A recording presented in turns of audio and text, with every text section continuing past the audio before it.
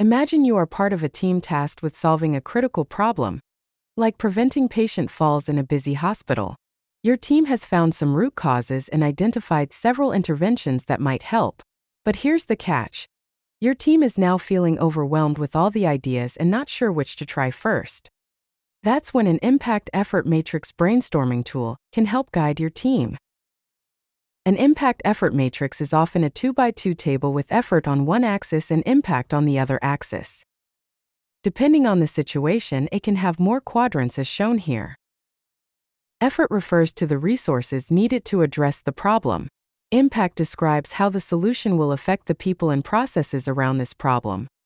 To use the impact effort matrix, you will follow a few steps to help choose a solution that gives the right balance between effort to implement and impact on those affected.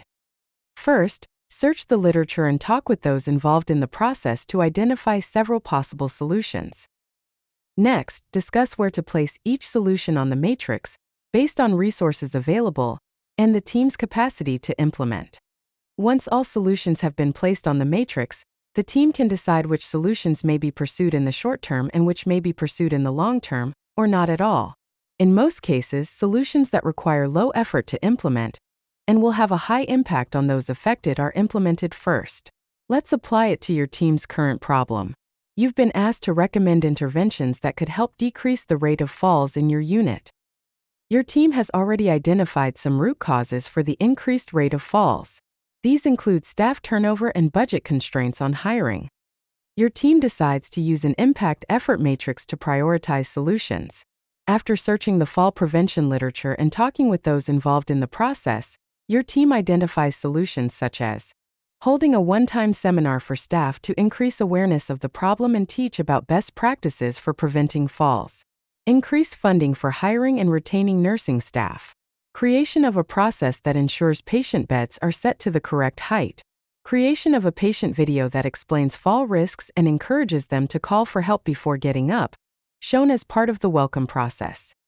Based on the 4 ideas proposed and your team's expertise, your team creates a 2x2 matrix with effort on the horizontal axis and impact on the vertical axis.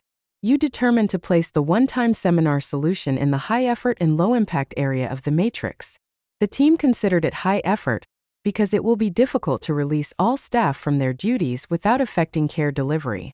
The team identified it as low impact because while a one-time seminar may provide a valuable educational opportunity, without additional follow-up there isn't a way to ensure the information learned is retained. Adjusting bed height is placed in the low effort, low impact area of the matrix. This solution is considered low effort because it is a relatively low-cost intervention and is easy to incorporate into existing workflows. It is determined as low impact, however, because it may not reduce the likelihood a patient will fall. Rather, it would likely only reduce the probability of severe injury from a fall. Increased funding for the hiring and retention of staff is placed in the high-effort, high-impact area of the matrix.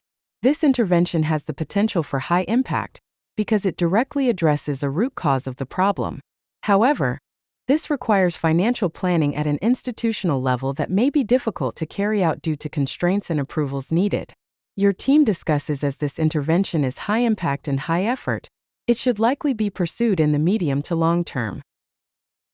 Lastly, the creation of a short patient video to reinforce safety behaviors for fall prevention is placed in the high-impact, low-effort area of the matrix. Your hospital has a team who creates patient education videos which are shown in their rooms after arrival, as part of the welcome process. The short video would explain fall risks and encourage patients to call for help before getting up. Your team identifies this as low effort because the resources to create it already exist.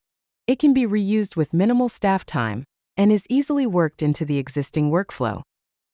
Additionally, it is considered high impact because it engages patients directly. This can be critical as many falls happen when patients act independently. Your team discusses that as this intervention is high impact and low effort, it should likely be one of the first to implement. In summary, the impact effort matrix allows a team to consider the amount of effort to implement an intervention and its expected impact on those affected by the problem.